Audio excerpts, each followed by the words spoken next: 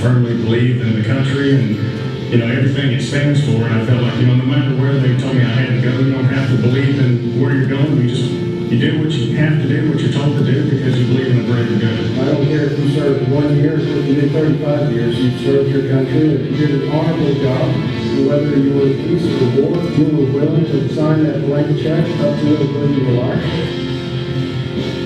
Every color in that flag, every symbol in that flag stands for something, and the biggest thing, that red stands for blood. It has been paid over and over, and whether you want to go protest, that's been paid for you to go do that. If you want to support the troops, that's been paid for you to go do that. Everything has been paid in full.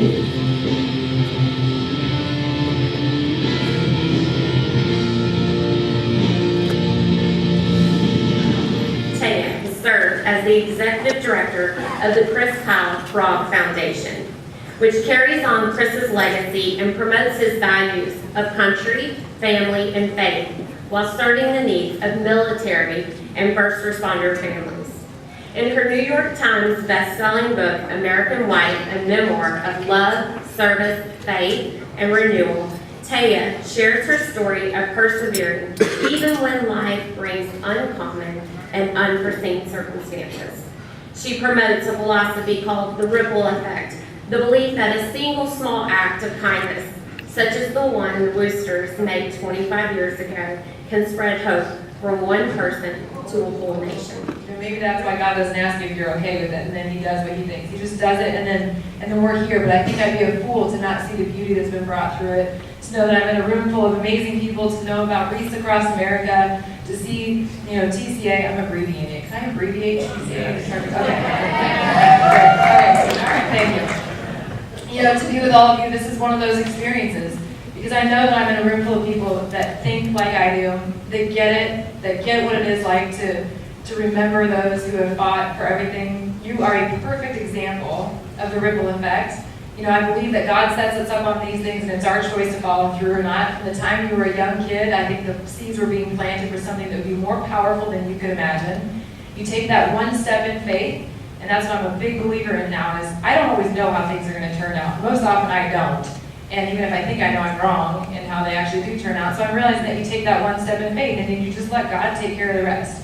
You let people come, you let Him work through other people and see what they show up to do. So you took this one step in faith, you did it in anonymity, you did it with humility. All of those things remind me of Chris. I feel very grateful to know you and to see what you've done. And then look what grew out of it. Look at all these amazing people who are up here asking for people to give more and do more, and the importance of families like ours that know that our loved ones are remembered and that somebody cares. When I say that less than 1% of the people are called to serve, I think the awesome thing is that there are 99% of us who may not be called to get on the battlefield, but there are so many of us in that 99% that can serve. And if we can serve the warriors, man, it's a group effort. Everybody wins. And I feel like that is a beautiful thing that I'm seeing happening in this country. I think it happened a long time ago. I think we lost it for a while. And I think we're on that pendulum swing back up where we're ready to start supporting our service members again and recognizing them. I can tell you that knowing that our loved ones are remembered is obviously very important. For me, I think it's also extraordinarily important for those who serve to see people like you do what you do. To know that, yes, there may be protesters, but there are also people like you who are putting it all on the line, who are taking the work to go out to those 27 acres, to get the greenery, to get all the truckers together, and all these companies that are donating their time. And so people sometimes ask me, well, if my faith is so strong, then why would God take him? Why wouldn't a loving God prevent that? And when I look at it, I say, well, because the loving God I know keeps His promises. And the God I know promised us all free will. And that doesn't just go for people who do good with their free will. It goes for people who choose to do evil. And I believe that God knew somebody was going to do evil, and that He would do what He could to bring beauty through the ashes of Chris on the battlefield.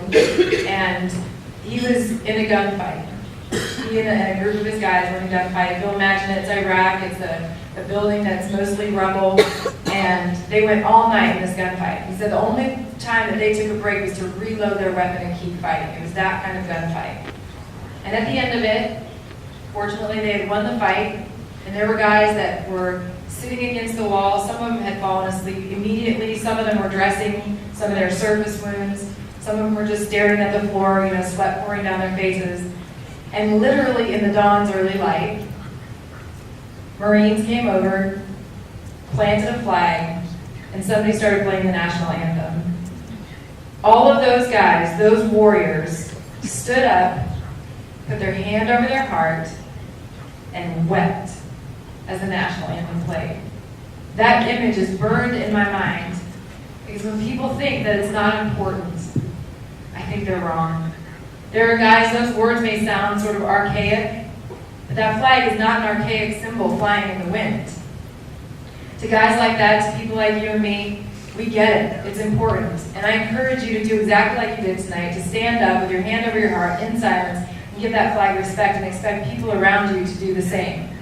Because much like the Wreaths and Arlington, the flag is a symbol of what's given for this country every day. When I look at that flag, I see real families, real stories living in the red, the white, and the blue.